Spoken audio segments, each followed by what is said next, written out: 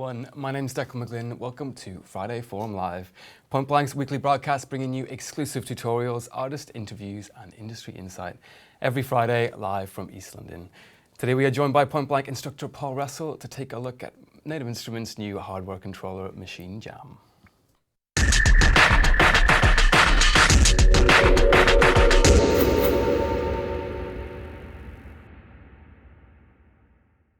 So today we're joined by Paul Ressel to take a look at Maschine or Maschine Jam.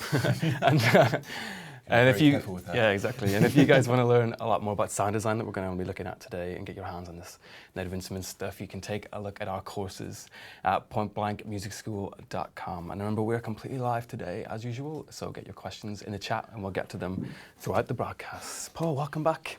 Thank you for having me. How's it going? To be back. Yeah, very good. Very good. So you got your hands on Maschine Jam a few weeks ago. Yes, I did.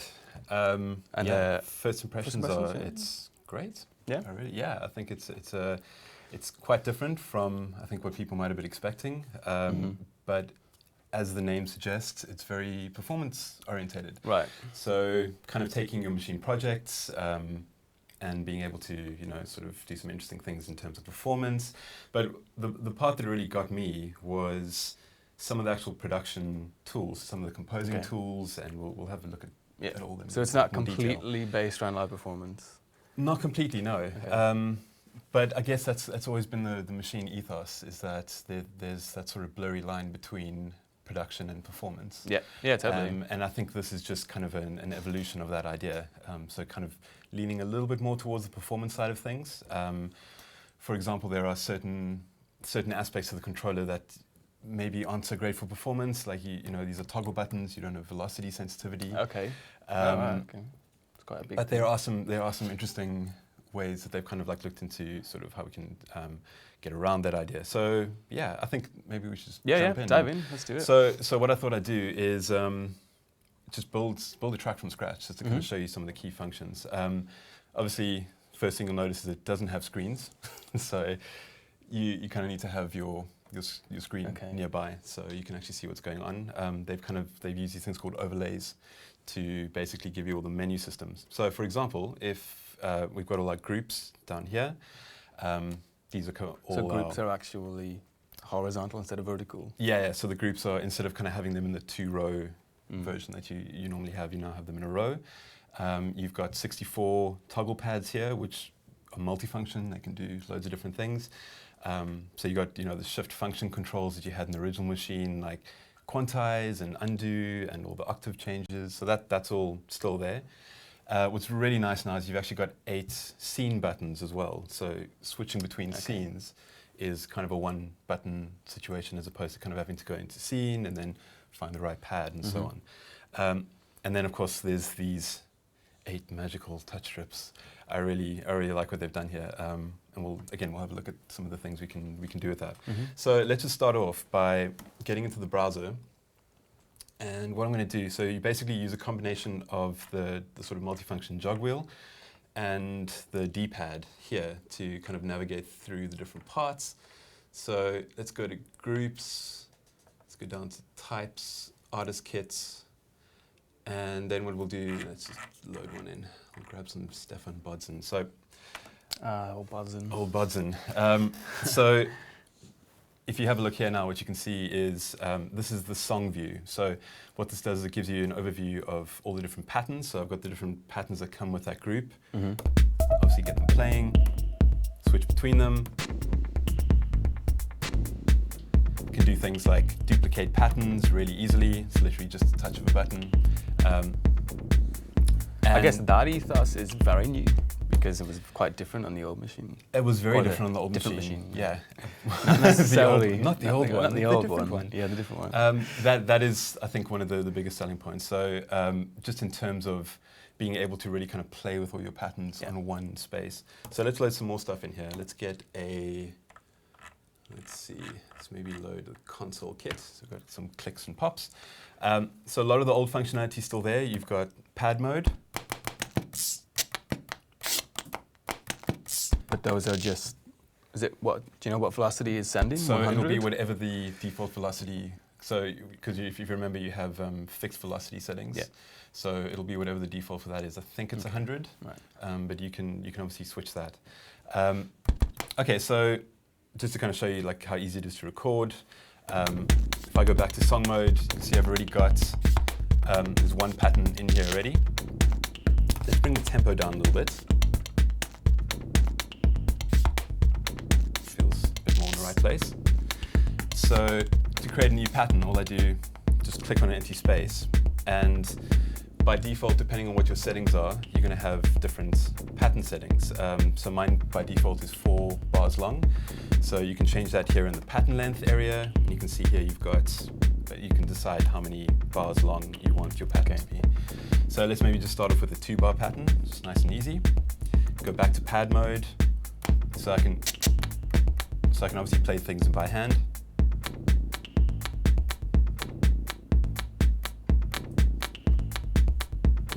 Can tidy it up, quantize a little bit, just so it's a little bit tighter. Note repeats is there as well. What's nice about that is you don't have to hold it down anymore. So before you had to hold it down and then kind of lock it as a secondary function. Now it automatically just acts as a toggle. So it's basically on and off. And then you'll see when you move the jog wheel, you've got all these different sort of controls for it.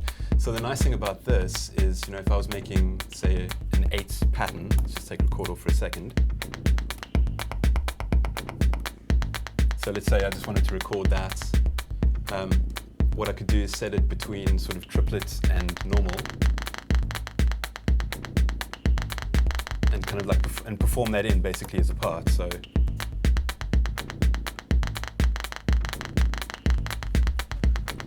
that, and again, that kind of took a few more hands to sort of do on the sort of original NK2, and so that was quite a nice addition. Another really great thing is the step sequencer. So go back to song mode here. Let's put in a new pattern. Again, that's probably going to default to 4 patterns long, so let's just make that 2. And then we go into the step sequencer, and this should look familiar because it's basically the same step sequencer, but the difference now is that you actually have access to all the pads in the same view. Right. Okay. Which is that's really cool. handy. Yeah. So and the colors change as you press each one. Yeah, absolutely. Yeah. So we can just decide exactly where we want everything.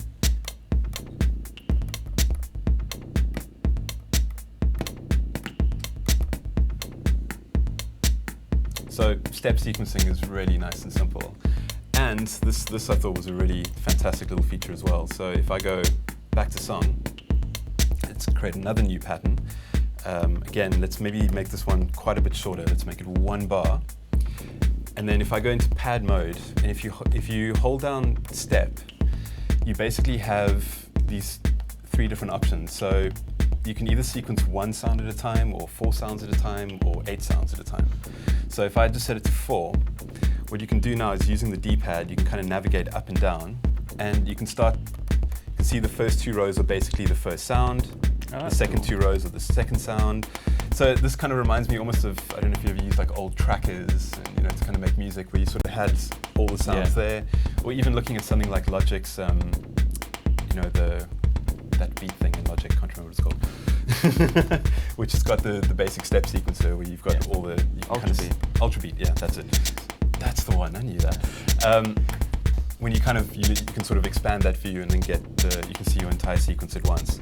So that's really nice, I think, for performance, just to be able to kind of do that. And you can do the entire thing. You can just keep moving down, adding different parts. You can be quite experimental with it.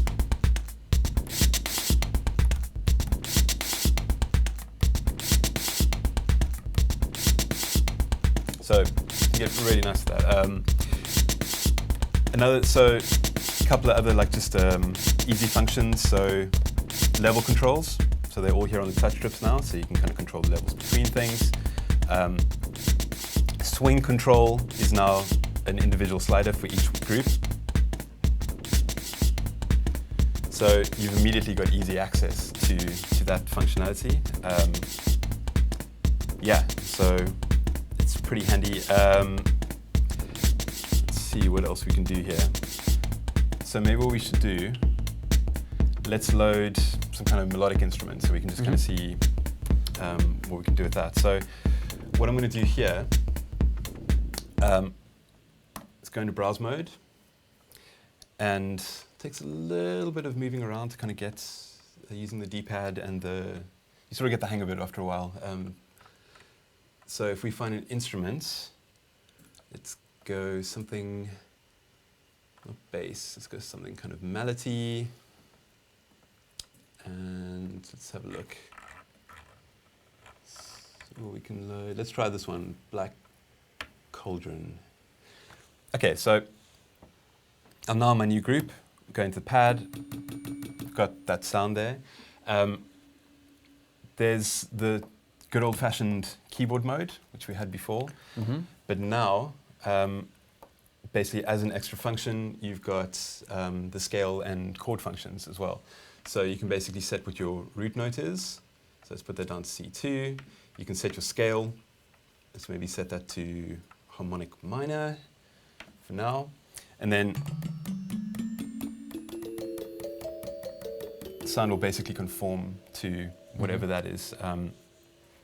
But I do like it now because before you were kind of stuck with those 16 pads, which even when you were in scale mode made it a little bit finicky to try and get interesting melodies and that kind of thing. So, but now you can sort of think of them in like vertical movers, like vertical movements. You just got so many more octaves to kind of play with. So you can record things that way, but one of my favorite new features is this, which is the note mode. So I don't know if you were talking off air a little bit earlier. You said you've played an omnichord before. Indeed. Yeah. So anyone Suzuki's out there? best work. Suzuki's greatest thing they ever made, the Suzuki omnichord from 1981, I believe it was the original. Yeah. This basically kind of borrows from that idea where you sort of set. You kind of set your key and you set your scale, and then these touchpads.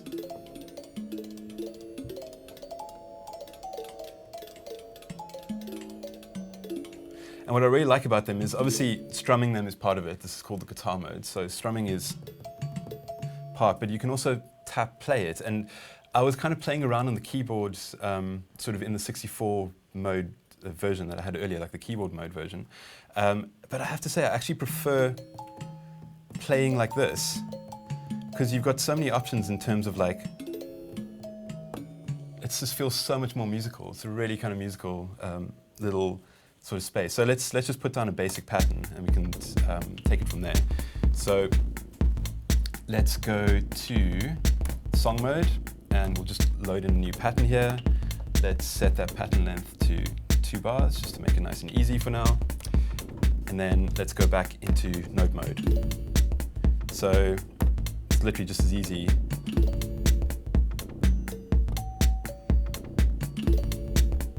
And of course you can just kind of like lay over it and do whatever it is. So adding effects as well is fairly straightforward. You just need to kind of make sure you're on the right sort of level.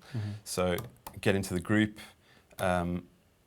get onto the basic, well, we can actually load it on the group level at this point, that's fine. And then it's just like you had to do with the sort of different slots in terms of having your device and then putting a sound on top of it. You kind of have to do the same thing here, so you just make sure you kind of navigate to an empty slot. And then we can just load a sound up. So let's look for an effect. Use the D-pad here, up to effects. So maybe find something, distortion, it's always good. And let's see, maybe let's go analog distortion there. And then we can load focus, that should be all right. So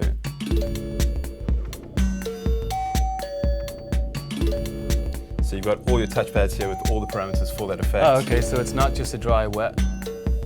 Oh, it could be, but it could be you. It's everything that you can see on screen. Absolutely. So what we're looking at here is basically it's kind of the macro control view that you would see normally using a Maschine. Obviously, it's a little bit more difficult to navigate because you don't have actual titles like you do on old Maschine, so you can see where everything is. Yeah.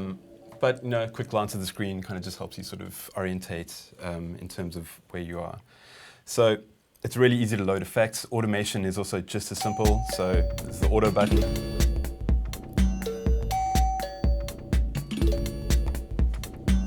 literally that simple. And when you're holding down auto, you can basically, if you have enough fingers available to you, you can basically automate every single parameter at the same time, yeah. which Cool. is very different from having 2 hands and 2 knobs to be able to do it. So this was a really, really smart idea, I think, bringing this on board. Okay, so let's maybe load some bass into this. So I've just selected a new group. Let's go back to instruments. Let's get down to bass. Oh, analog bass. And then let's see what we can load here. Let's maybe load, where is it now? Anagram, that one. That's the one I was looking for. Okay, so the other way to record notes, so obviously you have freehand, you've got the note repeat, you've got the notes mode as well, which we just looked at, which is really, really fun for monophonic instruments as well. Yeah, for sure.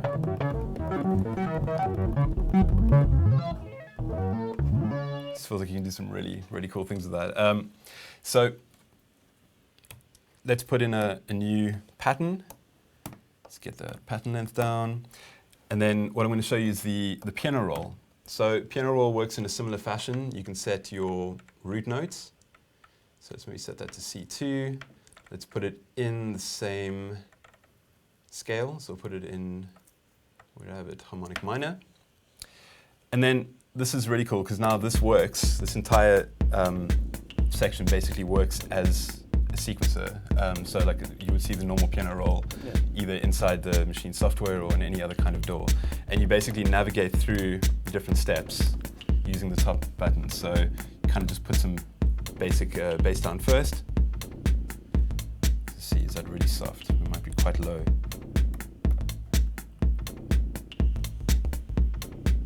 It should be playing back. What's what happened there? Oh, we seem to have lost that instrument. Interesting. Still niggles, I guess. Cool. Tell you what, let's just try that again. It's a little bit confusing without the screen sometimes, just to try to sort of find where everything is. But let's go back and just load that back in. Note mode. Cool. Hey. So there we are. Okay, so we had it there. It was just gone for some reason. So you can basically just sequence it in.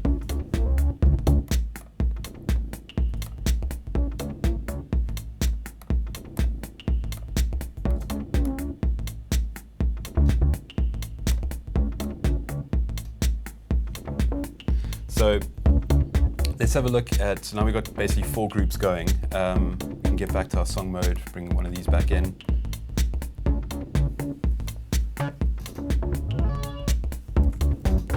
So the other really great thing about this is the perform effects. So what they've done is they've built these very specific sort of effects groups to work with the touchpad. Yeah. So the idea being that they kind of like, they're one control, you basically have like an on-off, it's got this little engage system. So let's load in some of those. So we'll start off with the filter. So you can hear the filter on the drums.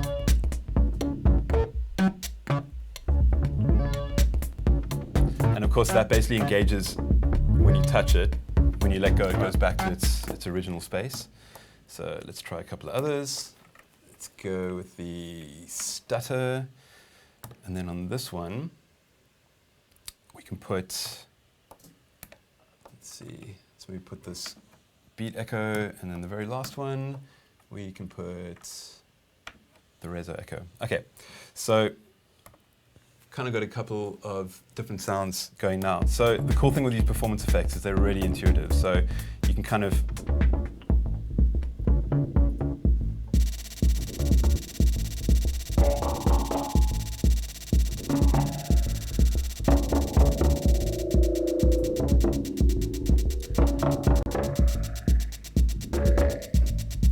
So those are all master bus effects? they're all group level effects. Right, okay. Yeah. And then of course, the minute you let go, it just goes straight back to it. So I think that's a really nice feature. I think what I'd like to see in the future is maybe some more some more effects, because at the moment there's about 8, I think, to sort of choose from, and they all, I think what they're going to do is they'll keep adding functionality and sort of things like that, like the effects. But I think the ones that they've got so far really musical. Like you can just do some pretty cool things with it.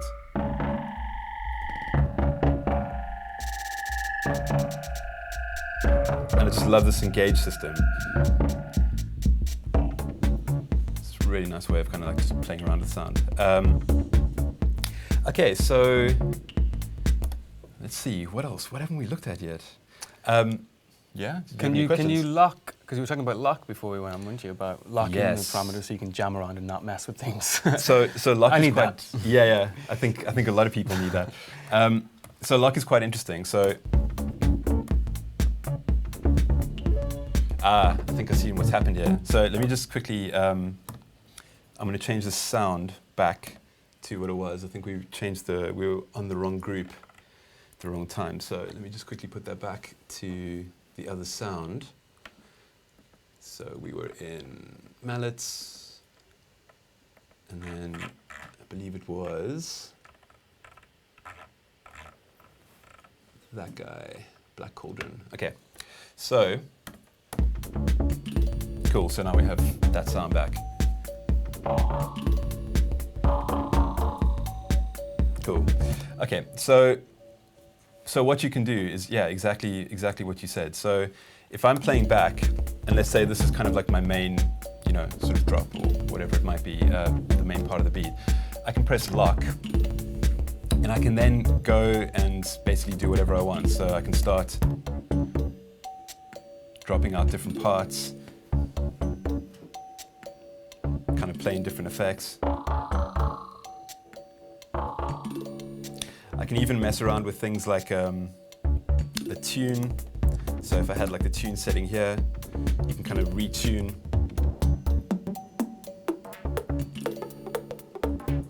So great for like drops and little breaks and stuff like that. And then the minute I'm ready, I can just hit lock. Right. And it goes back to what it was when I pressed the lock screen. So it's basically taking a snapshot, which is obviously incredibly handy, I think, for live performance and just being able to jam. And if things get really out of hand or you kind of feel like you've gone in a strange direction, you can always just bring it back to that moment. Cool. Yeah. So we talked about it a little bit earlier. There's no velocity sensitivity. So there is kind of a way around that.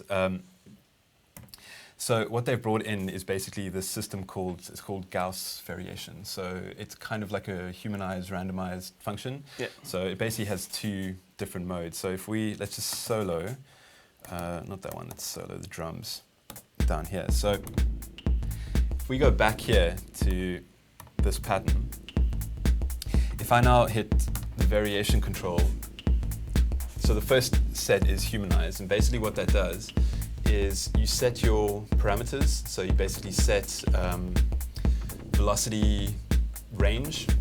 So if we set our velocity range, say between 100 and 127, and then you've got this time shift. And basically what this will do, it'll do a random time shift to a number of the steps, and you can basically set how much. I mean, if you wanted to go crazy, you could do 50%, which is just going to really kind of shift the timing around. So I like to keep it a little bit more subtle.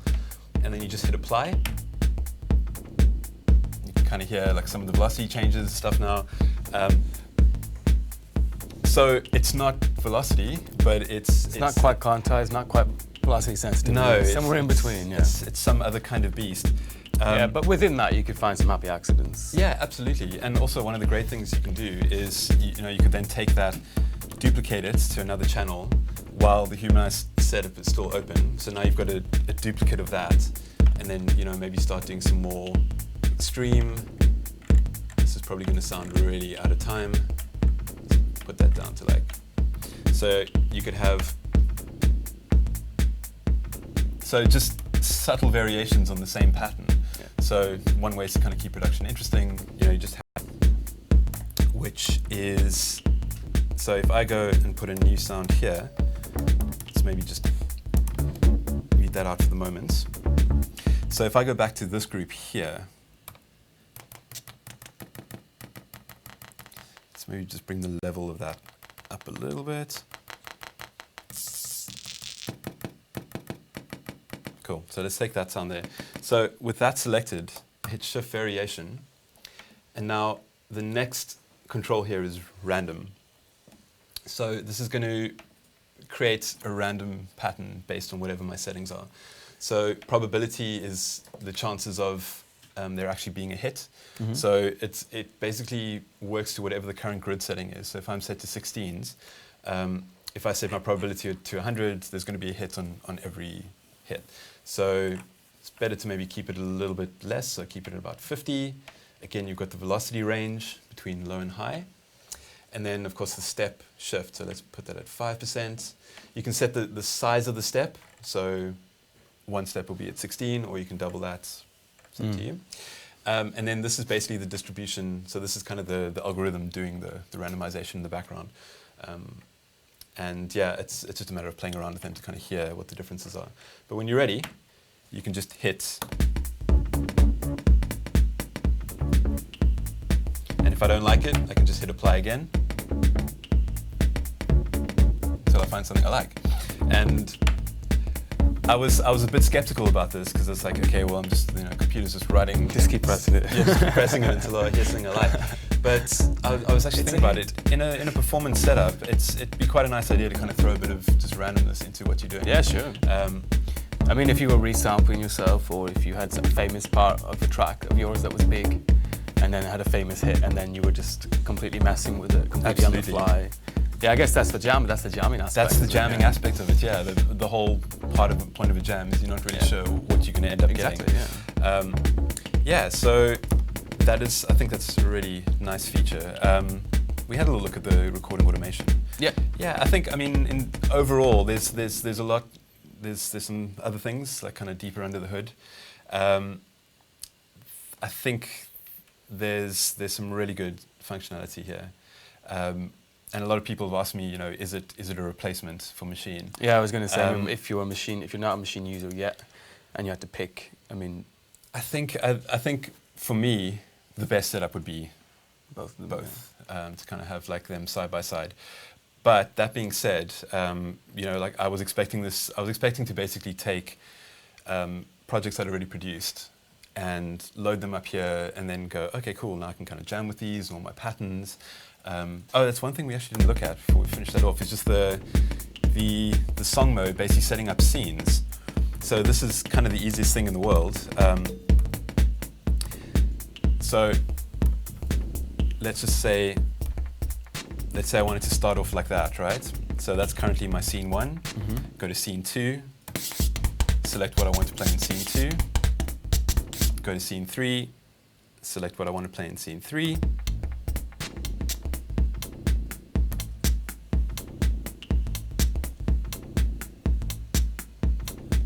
Set off there.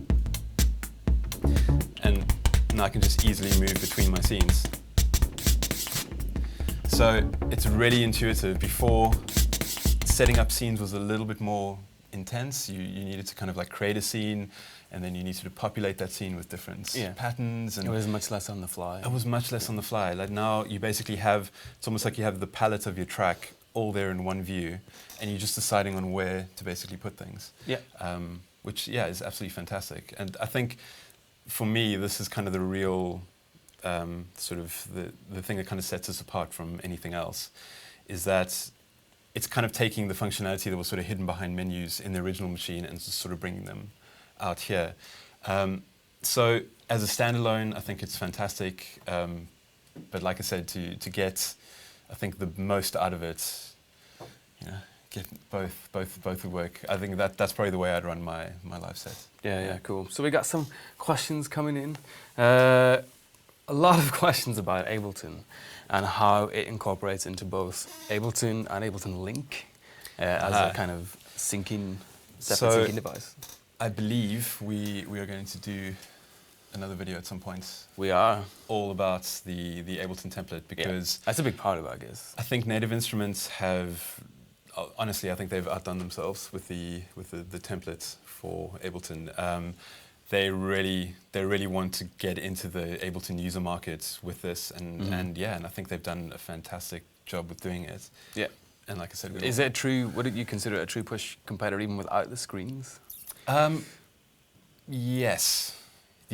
I think it's for me definitely above something like, say, maybe the possibly some of the Novation, like the Launchpad or something like that, that is really well integrated into it. There's still some issues and some problems with how the integration works, but I think in general it's very intuitive.